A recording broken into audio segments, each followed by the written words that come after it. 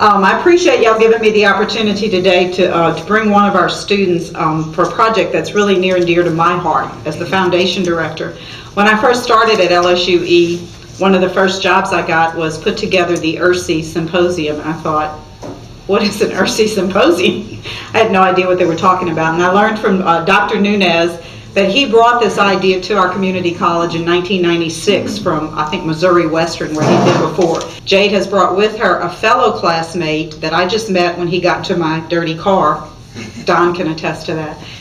Kenny Janes. And I appreciate him being here because he's one of those non-traditional students that we absolutely love at LSU Eunice, and having been one, I appreciate what you're going through. But just briefly, the undergraduate research program really pays a lot of attention to what Jay Miller's been posting this week on Facebook about critical thinking. It allows our students to work like scientists. The gains in thinking and working like a scientist reveal a student's intellectual growth. And as they work with ideas of science in the context of research, they grow in their understanding of concepts and how those concepts are connected, very similar to what Leslie just talked about. So I think you're going to enjoy the presentation that we have today, and I want to let you know that there will be Jade and 3 other teams presenting tomorrow in our Ladue Libraries Louisiana room at noon until 1. We only have 4 teams this year. That gives each team a little more time to explain the project they worked on over the summer. You'll really enjoy it. If you've never attended an URSI poster symposium and you have time tomorrow, I encourage you to come. And the last note is next Friday, October 5th at 1:30, we are welcoming all the public to come to our official ribbon cutting for the new community education building. There'll be a brief ceremony, we hope. I won't be talking, Jed. It'll be a brief ceremony, and then we'll have the ribbon cutting, and there'll be cake and punch after, and you get to take a tour of the new building. So mark your calendars for October 5th at 1:30. And without any further delay, here's Miss Jade Latiolais.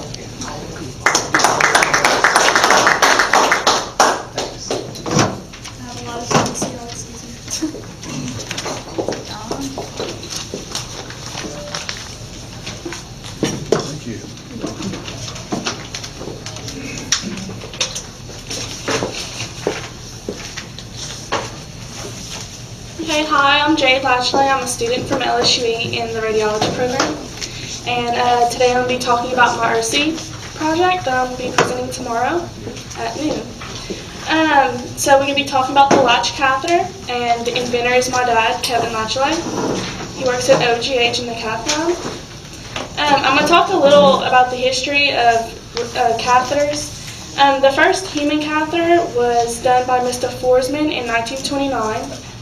The next slide shows just a occlusion of the left coronary artery at the bifurcation, and it just shows throughout the dates on the bottom of how they fixed it. So that's a little bit of history. So the question is, what is the Latch Catheter? It's actually a specialized catheter that is used to cross occluded vessel areas, and it aids in a multiple step procedure. It surfaced during the year of 2010 when he thought of the idea from having to stand up and for long hours doing procedures of the heart and legs. So he decided, since they have so many patients that go through OGH, he just wanted to be able to help all of them. So he ended up making an invention of the Latch Catheter, and examples have been made about it. So what is used in the Latch Catheter procedure? Contrast and salines are put into the balloons. They also take cine, which is pictures under fluoro, and a variety of instruments are used. They have 3 catheters, which uses 1 Latch Catheter and then 2 that they've been using. And they have 2 guide wires that are used. Versus what they use right now, the only difference is that they have 4 catheters instead of 3. The Latch Catheter is actually going to take the first 2 catheters and put them into 1. Okay, I'm going to talk about before the placement of the actual catheter, and my example is going to be the femoral artery, because they have a lot of patients that's where their blockage is, mainly in the legs most often. So you get access of the artery by needle puncture, and then the guide wire passes actually through the needle. The needle is taken out and a sheath on the guide wire is placed into the artery. And usually the one that they first use is just a small one like this. And this is an example of a guide wire. I'll be passing this around. Okay. And since I'm going to be talking about the femoral artery, after they get the actual guide wire where it needs to go, they take that sheath out and they put a bigger one, which is this one. Let me get it so I don't drop everything. And it's shaped like this to go around the horn, which if they have blockage in the left femoral artery, they go through the right one. So the reason that they use sheaths is so the vessels will not be damaged further because it's a multiple step procedure, so you would be putting multiple catheters in and out of the vessel, so it's just to keep it from being damaged. The next slide is the key for the original procedure, so if you would look how the artery and Stanton, etc. look before we get started. Okay, so the first step, this is all done under fluoro. So then after you have the guide wire in place, you put a balloon catheter, which I'll just show you an example of that one, to the end of the guide wire, and it's placed adjacent to the occluded area. The next step, the balloon is inflated using an injector pump, and the guide wire is centered and it's going to puncture the occluded area to the other side.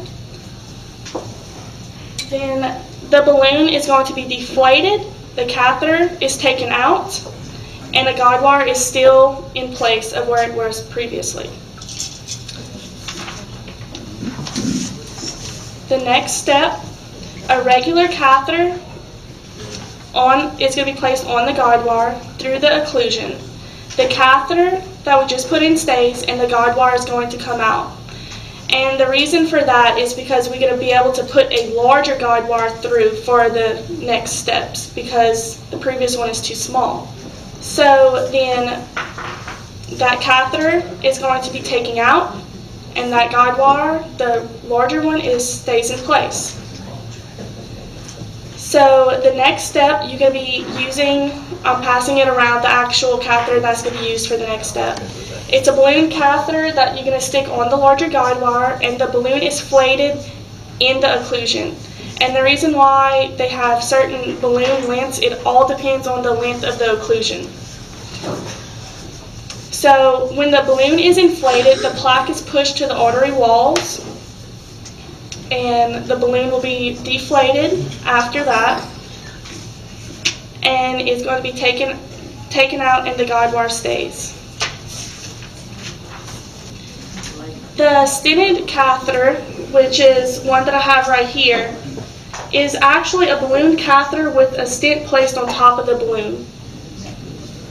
So that one's going to be fed on top of the guide wire, and once it is in place, the balloon is going to be inflated, which is the same length as the plaque that is against the walls of the artery.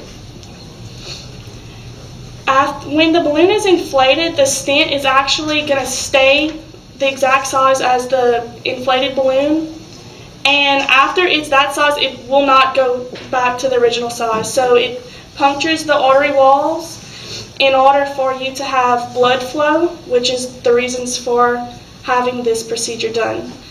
The latch catheter is not replaced with the other two catheters until step 6. Now I'm going to be talking about the differences between the first balloon catheter and the latch catheter.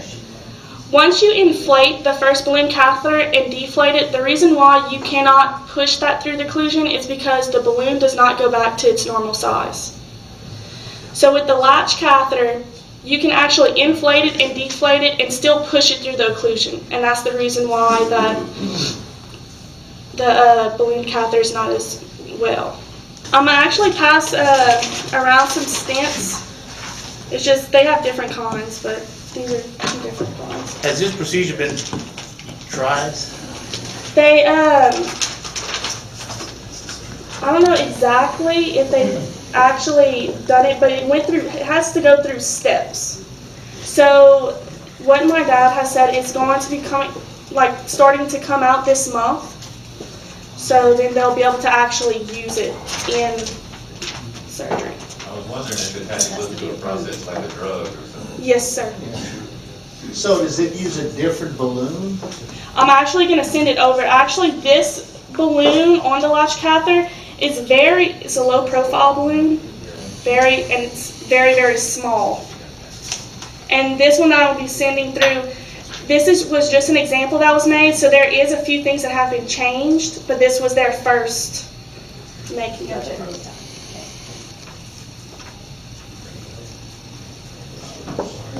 That one's the larger one out of the two. There's two different kinds, one for the leg and one for the heart.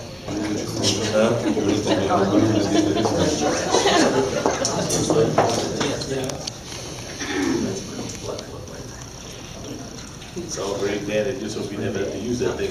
Yeah. It's good to have, but you wouldn't want to be put under that. John just had that 2 weeks ago.